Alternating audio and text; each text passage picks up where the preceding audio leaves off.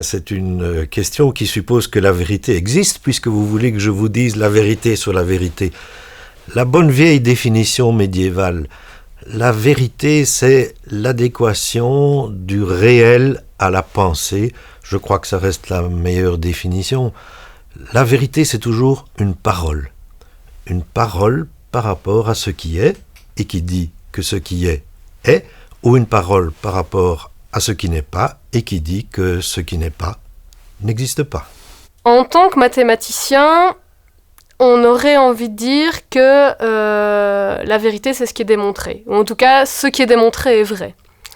Puisque, assez récemment, d'un point de vue historique, il a été démontré qu'il existait des vérités non démontrables.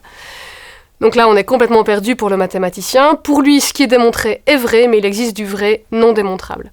Donc qu'est-ce que la vérité ? C'est une question super large. Je pense pas qu'il y ait de réponse. Et en fait, j'espère qu'il n'y a pas de réponse.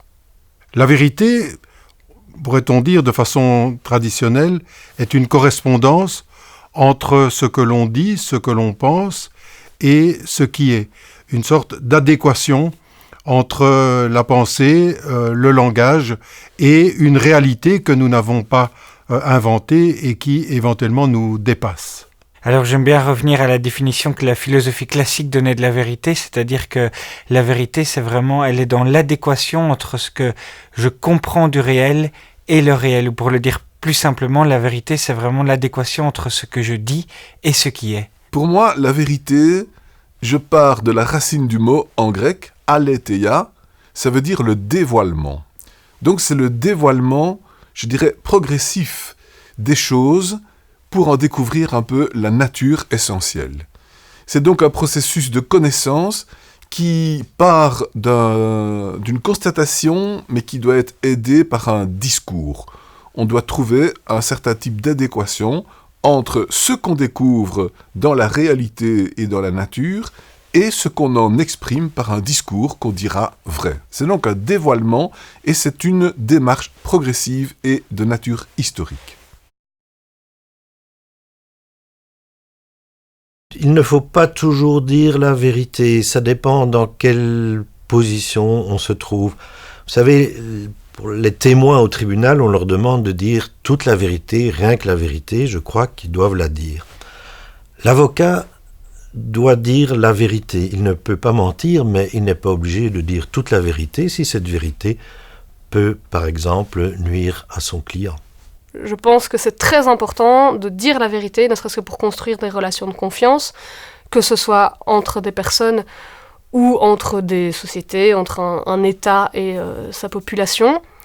Maintenant, toute vérité n'est pas bonne à dire. Et ça ne sert peut-être à rien de dire une vérité blessante quand elle n'apporte rien. Pourquoi dire à un enfant que le Père Noël n'existe pas ? Il faut dire la vérité, mais se préoccuper des circonstances et des contextes dans lesquels on pourrait la dire. Toute vérité n'est pas bonne à dire à tout moment et dans n'importe quelle circonstance. Dans certains cas, la délicatesse nous invite, et la prudence nous invite à ne pas dévoiler totalement ce qui est vrai. C'est une façon de respecter les personnes.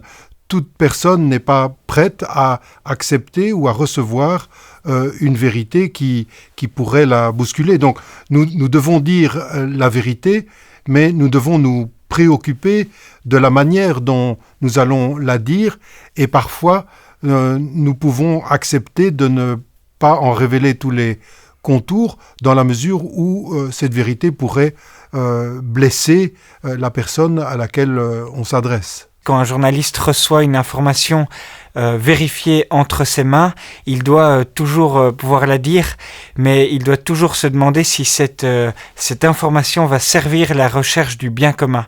Parfois, certaines informations, notamment sur la vie privée, eh bien, elles viennent flatter nos appétits un petit peu de curiosité. Et donc, dans la plupart des cas, je pense qu'il faut dire la vérité, mais il faut toujours se demander avec beaucoup de discernement et au cas par cas si ce que je vais dire, ce que je vais révéler, servira vraiment la recherche commune du bien commun. En principe, oui.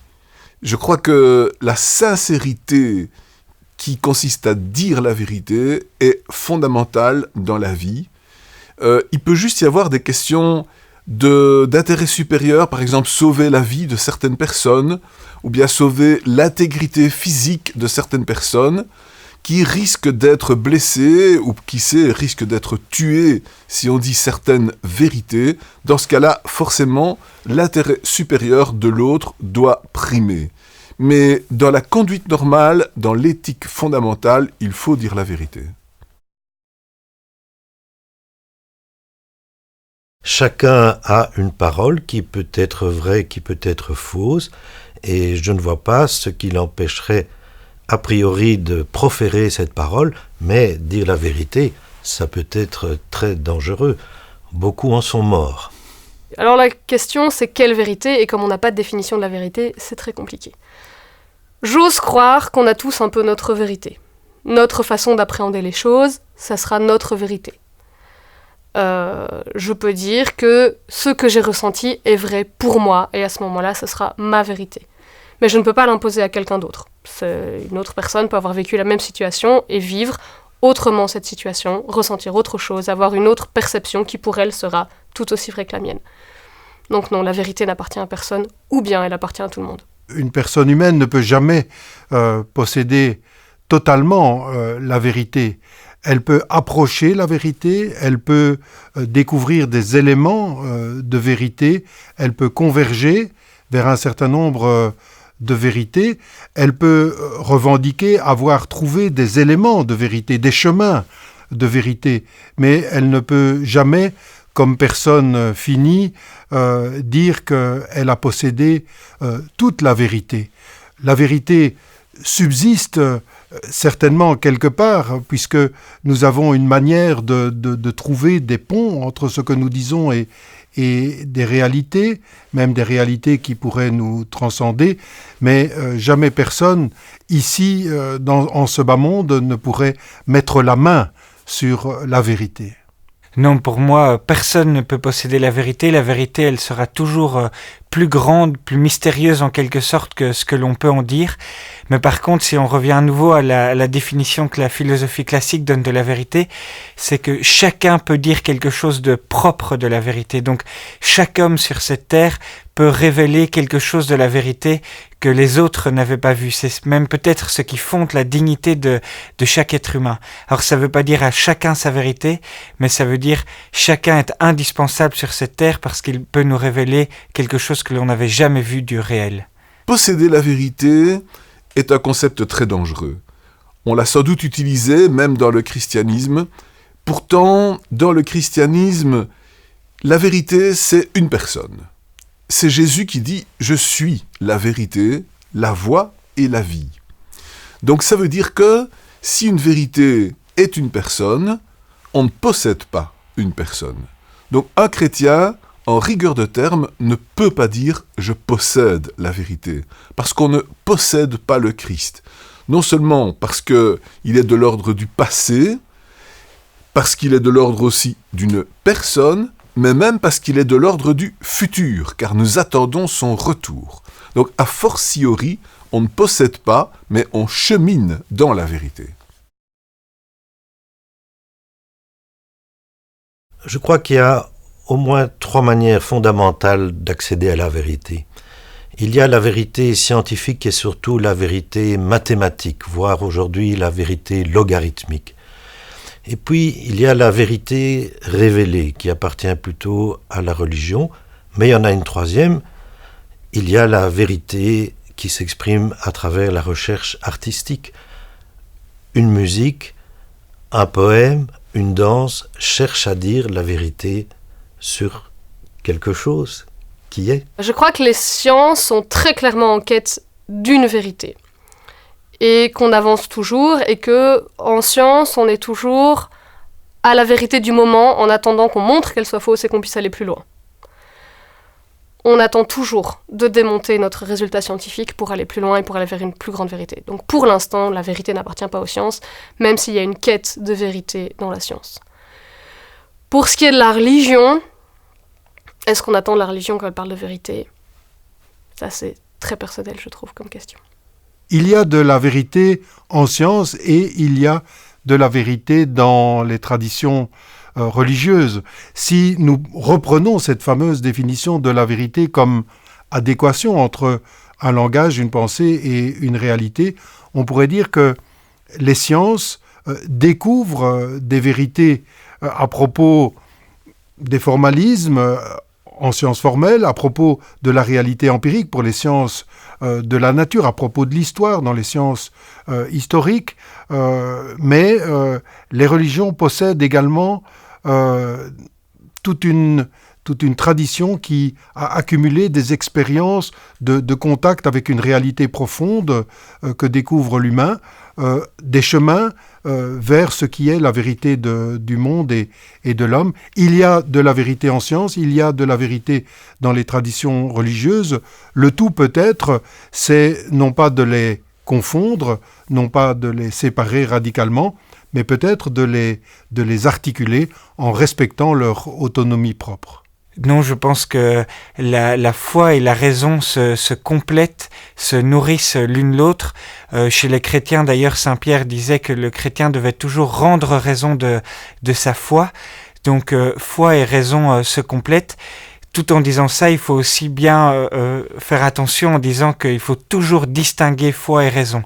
Il ne faut jamais tomber dans le fidéisme, jamais tomber dans le positivisme absolu, mais il ne faut jamais confondre les deux et mettre de la piété dans la science, par exemple. Il y a en effet on pourrait dire deux approches de la vérité, et il faut voir la différence.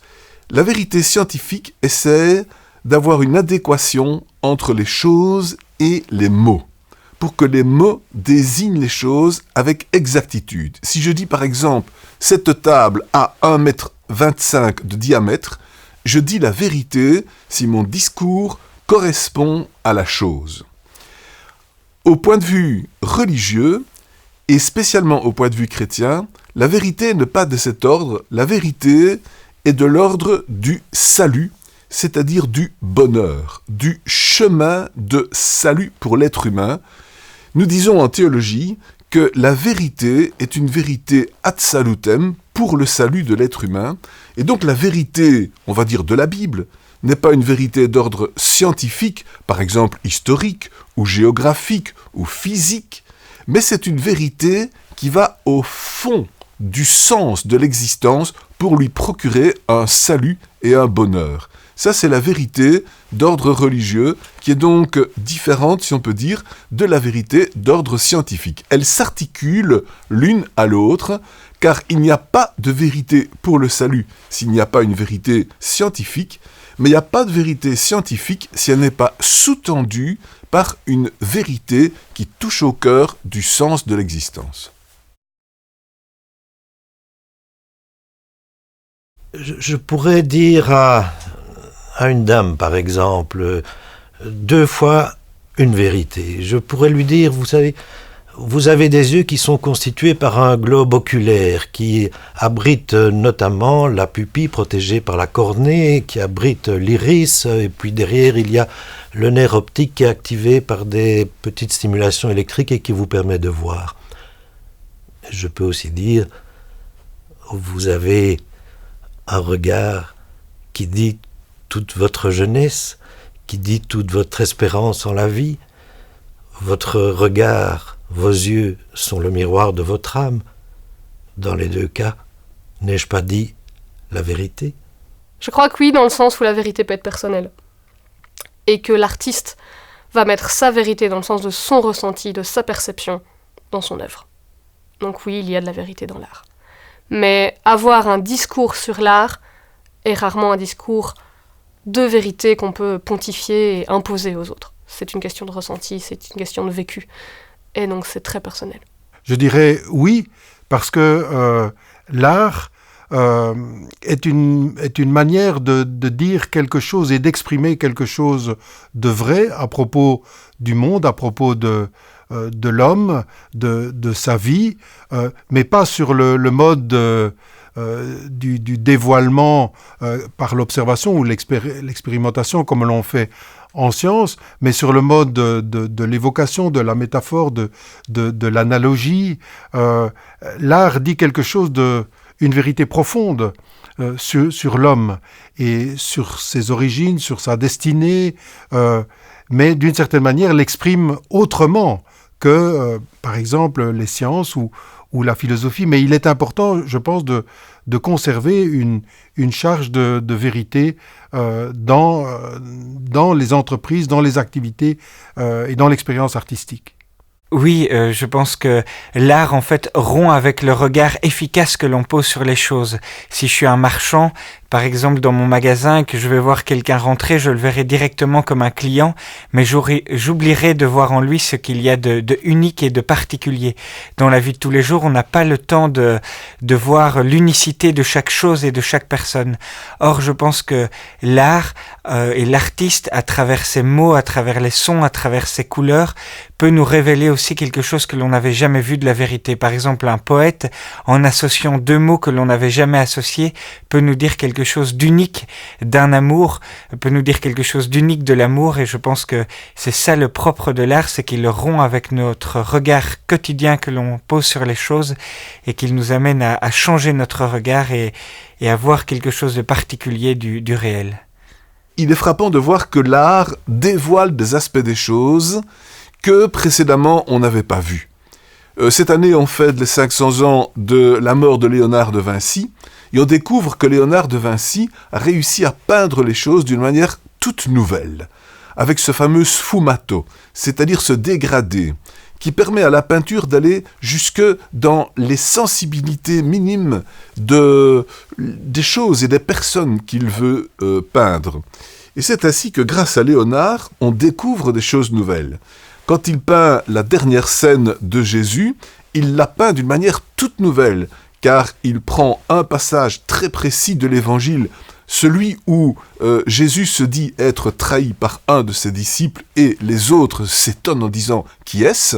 C'est instantané, c'est ce fait divers, dirais-je, que Léonard veut immortaliser par sa dernière scène. Ce n'est pas un repas tranquille où Jésus donne la communion à ses disciples en partageant le pain, c'est un repas dramatique où il y a une trahison. Et bien là, Léonard, par sa peinture, arrive à aller plus loin que la vérité commune, que les représentations communes que l'on avait d'un fait religieux, la dernière scène de Jésus.